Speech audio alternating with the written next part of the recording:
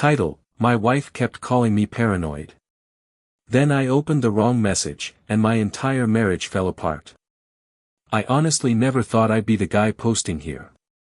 I've spent years reading stories on this subreddit, quietly thinking, there's no way someone could ignore that many red flags. Turns out, when you're the one living through it, everything looks different. I'm 34. My wife is 32. We've been together for almost 11 years and married for 8. We don't have kids, mostly because we wanted to be financially stable first. We built what looked like a good life from the outside. Nice apartment. Decent jobs. Weekend trips. Family dinners. Friends who constantly told us we were relationship goals. Looking back now, that's almost funny. The first 7 years were genuinely good. We argued like every couple, but nothing that couldn't be solved with a conversation. She used to be my best friend. We laughed at stupid movies, cooked together, stayed up until 2 in the morning talking about our future. Then something changed. It wasn't dramatic at first. She became colder. Not all the time. Just enough to make me question myself. She'd snap over tiny things. If I asked how work was, she'd sigh and say I was interrogating her. If I wanted to spend a Saturday together, suddenly she already had plans. If I told her I missed her, she'd roll her eyes and say I was acting needy. Every disagreement somehow became my fault. She had an answer for everything. She lied constantly, but never about huge things in the beginning. Little lies. She'd say she was at the grocery store. Later I'd find a restaurant receipt from across town. She'd claim she'd gone straight home after work, but one of our friends casually mentioned seeing her downtown hours later. When I asked, she'd get angry immediately. You seriously don't trust me? I forgot. I didn't think it mattered. You're making things up. Eventually she'd twist the conversation so well that I'd end up apologizing for even asking. It happened so many times that I started wondering if maybe I really was becoming insecure. Then the phone changed everything. She used to leave it lying around. Now it never left her hand. She flipped it face down every single time. Changed the password. Turned off message previews. Started sleeping with it under her pillow. One night I reached over just to check the time because mine was charging across the room. She woke up instantly. Not just awake. Panicked.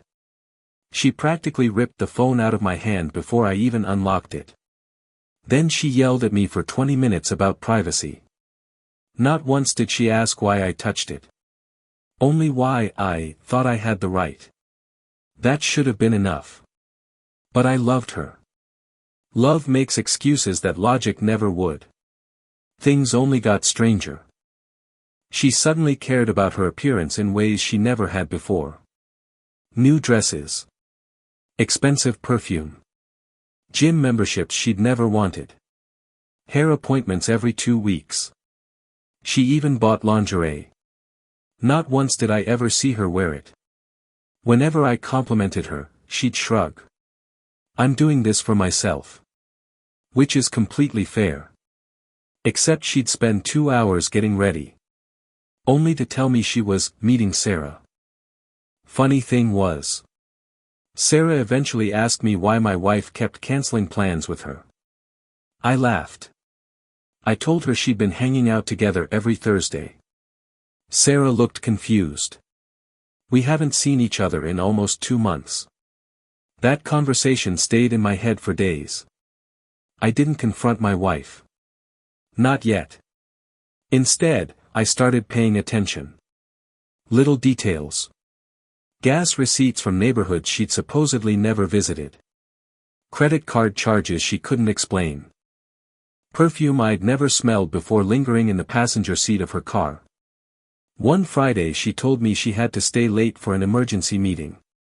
Around 9:30 p.m. I ordered takeout because I figured she'd eat at work. The restaurant accidentally sent me someone else's receipt. Normally I'd throw it away. Instead I noticed the table number. I recognized the restaurant. It was one she told me she hated. Completely random thought. I checked social media. Someone had tagged that restaurant's location that night. Hundreds of public stories. I mindlessly flipped through them. Then, for maybe half a second, I saw her. She wasn't the person filming. She was in the background. Laughing. Holding hands with someone sitting across from her. I froze. I replayed it. Again. Again. Again. Every time my stomach sank lower. The guy leaned over. She smiled. He brushed her hair behind her ear. Then they kissed. Right there. In a public restaurant. Like they had absolutely nothing to hide. I honestly don't remember breathing. I don't remember sitting down. I just remember staring at my phone while my hands shook so hard I nearly dropped it. Then came the doubt. Maybe I imagined it. Maybe the angle looked weird. Maybe. No. I screen recorded the story immediately. 10 minutes later. It disappeared. My heart started racing even faster. The account had deleted it. I still had the recording. I watched it at least 50 times that night. Every single excuse I'd made for months collapsed in less than 10 seconds. I didn't sleep. She walked through our front door around 11:45 p.m. Still smiling. Still wearing the same dress. Still smelling like perfume. She kissed my forehead and said. The meeting was exhausting. Without even thinking. She lied.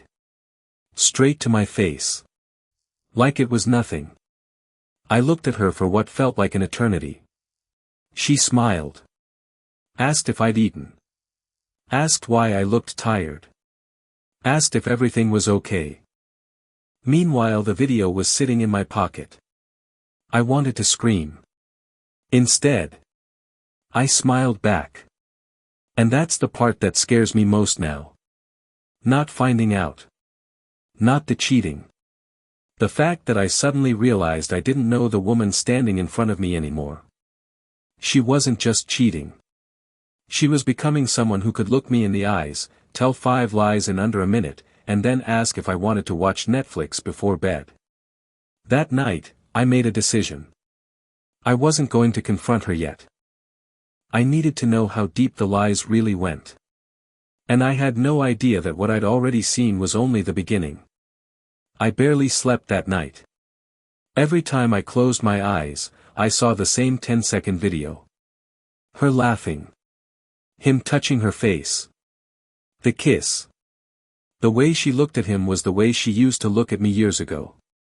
The next morning, she acted like nothing had happened. She made coffee, asked if I wanted eggs, complained about traffic, and even reminded me that we were supposed to visit her parents the following weekend. It was surreal. I kept wondering how someone could switch between 2 completely different lives so effortlessly. I nodded through breakfast, barely saying a word.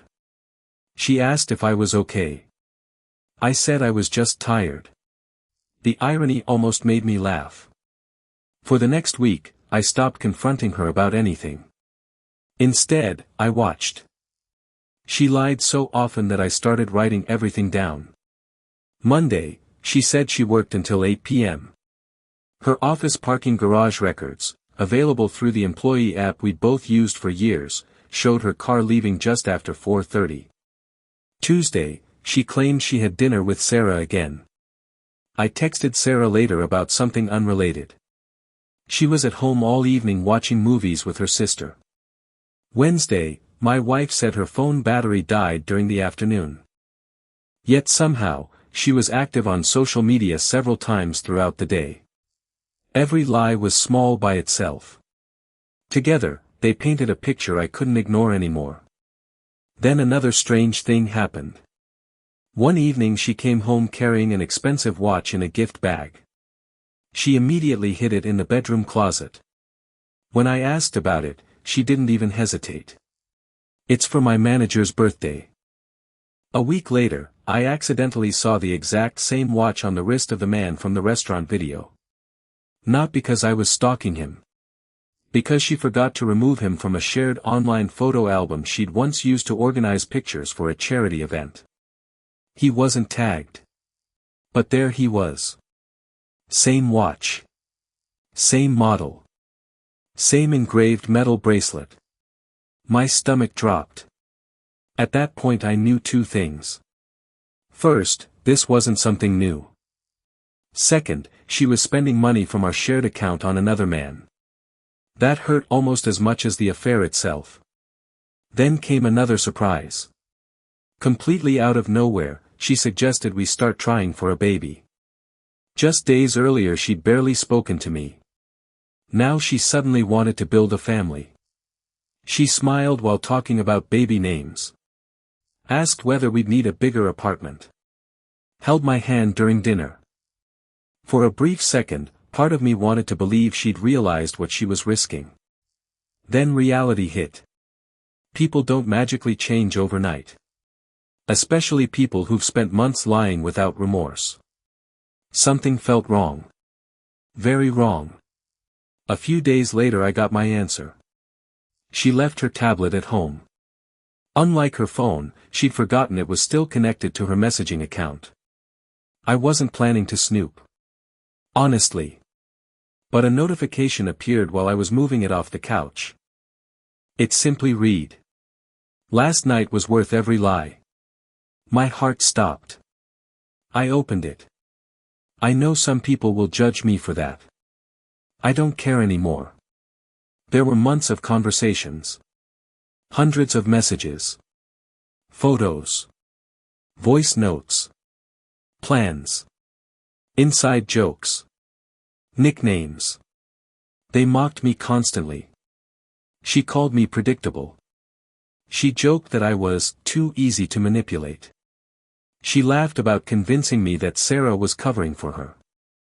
She bragged about how quickly I apologized every time she twisted an argument. One message hit harder than all the others. Him. Does he suspect anything? Her. He's too trusting. If he asks questions, I just cry or get angry. Works every time. I actually had to put the tablet down. I felt sick. Not because she'd cheated. Because she'd turned my trust into entertainment. Then I found something even worse. They weren't planning a future together. She was telling him she loved him. At the exact same time she was texting me that she loved me too. Same day. Only 2 hours apart. Different men. Same words. I realized then that she'd been living two separate lives for months. Maybe longer. That evening she came home humming to herself. She noticed I was quiet. Bad day. I looked at her. No. She smiled. Good. Then she walked into the kitchen. I followed her. I took out my phone. Played the restaurant video. Then placed the tablet beside it. She froze instantly. For the first time in months.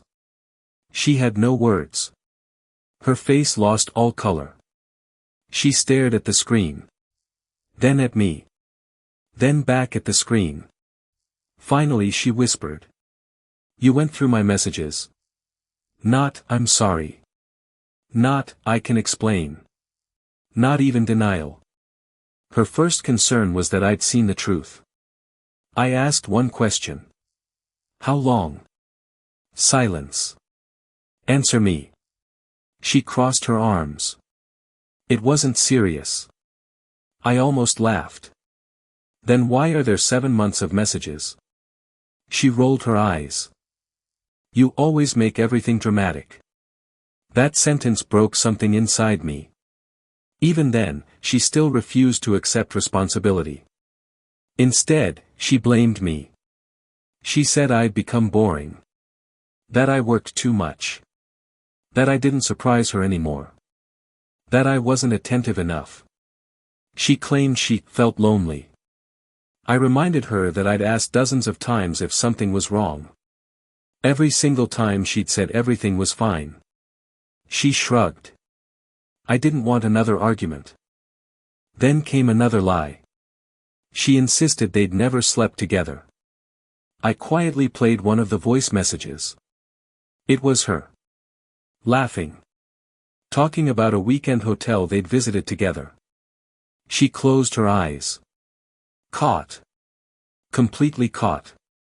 A few seconds later. She changed tactics. She started crying. Real tears. Or at least convincing ones. She said she'd made a terrible mistake. That she loved me. That she never wanted to lose me. She reached for my hand. I stepped back. Then she did something I never expected. She got down on her knees. Begging. Promising therapy. Promising transparency. Promising she'd cut all contact. Promising she'd spend the rest of her life earning back my trust. 6 months earlier, I would have believed every word. Now. Every promise sounded exactly like every lie she'd already told. I looked at the woman I'd spent more than a decade loving. And for the first time, I felt absolutely nothing. No anger. No hope. Just exhaustion. I quietly walked into the bedroom. Packed a suitcase. She followed me through the apartment, crying, apologizing, changing her story every few minutes. One moment it was only emotional.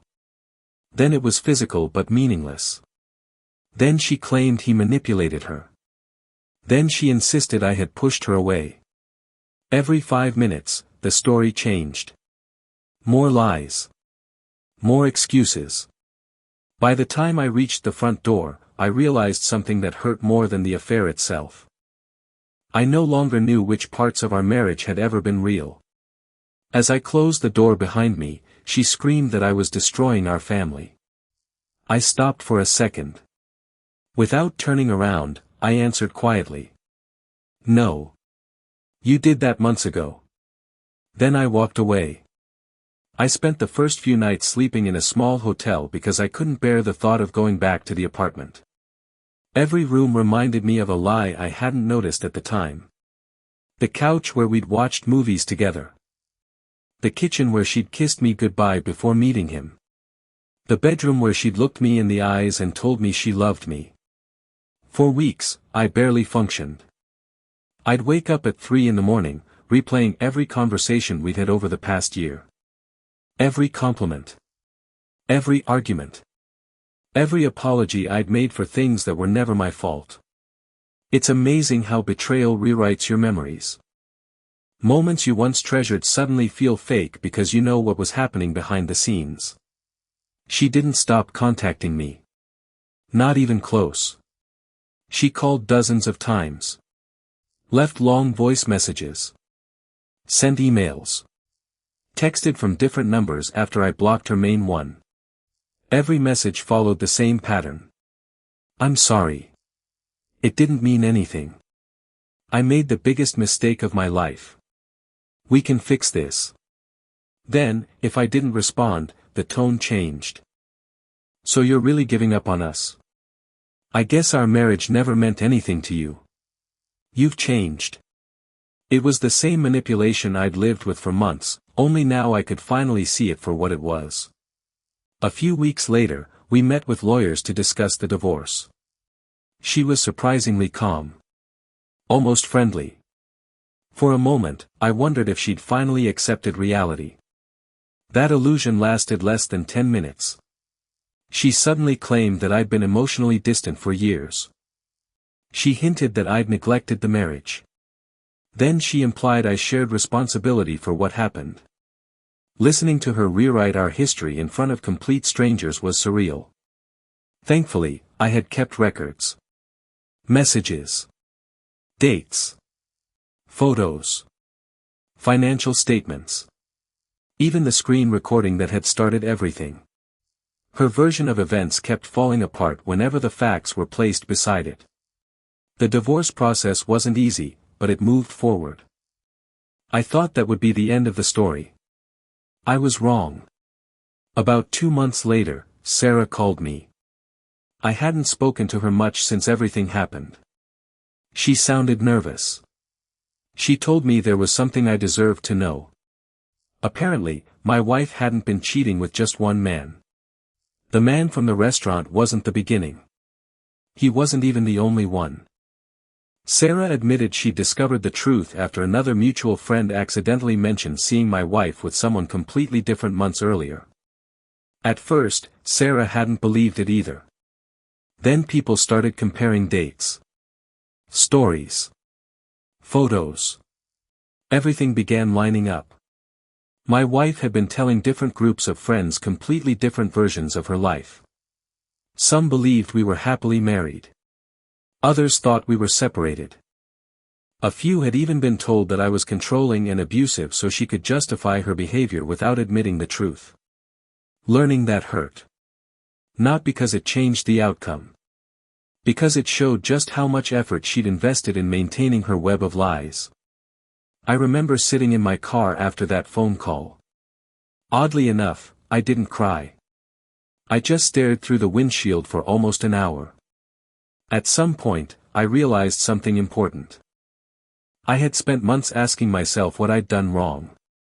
The answer was not much. Could I have been a better husband?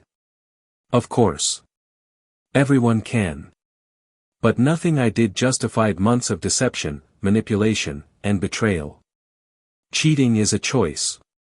Lying is a choice. Gaslighting someone until they question their own sanity is a choice. Those were her decisions. Not mine. Life slowly became normal again. I started seeing friends I'd unintentionally drifted away from. I returned to the gym. Started hiking on weekends. Picked up old hobbies I'd abandoned years earlier. For the first time in a long time, I was making decisions without worrying about whether they'd upset someone else. One afternoon, almost a year after everything happened, I ran into my ex-wife completely by chance. She looked surprised to see me. Older somehow. More tired. We exchanged a brief, awkward greeting. She asked how I'd been. I told her I was doing well. She nodded. Then quietly admitted she'd lost the relationship she'd left me for. Apparently, he discovered she was seeing someone else at the same time. The irony wasn't lost on either of us. She tried to laugh. I couldn't. She apologized again. Said she wished she could go back and change everything. Maybe she meant it. Maybe she didn't. Honestly, it no longer mattered. I wished her well. Then I walked away without looking back. That moment gave me more closure than any argument ever could. If there's one thing I've learned from all of this, it's that trust isn't just about believing someone. It's about feeling safe enough to stop looking over your shoulder. Once that safety is gone, love alone usually isn't enough to rebuild what's been destroyed. If you're reading this because your gut keeps telling you something is wrong, don't ignore it forever like I did. Don't confuse love with denial. Don't mistake manipulation for communication. Pay attention to patterns instead of promises. Most importantly, remember that someone else's decision to betray you doesn't define your worth. For months, I believed I wasn't enough. Now I understand the truth. I was loyal. I was honest. I kept my vows. She made different choices. And those choices became the ending of our marriage, not because I stopped loving her, but because she stopped respecting what we had long before I ever discovered the truth. If you've made it this far, thank you for reading. I never expected strangers on the internet to hear the story I was too ashamed to tell the people closest to me. But if sharing it helps even one person trust their instincts or recognize manipulation before it's too late, then maybe something good can come from the worst chapter of my life. Stay safe, and don't let anyone convince you that asking honest questions makes you the problem.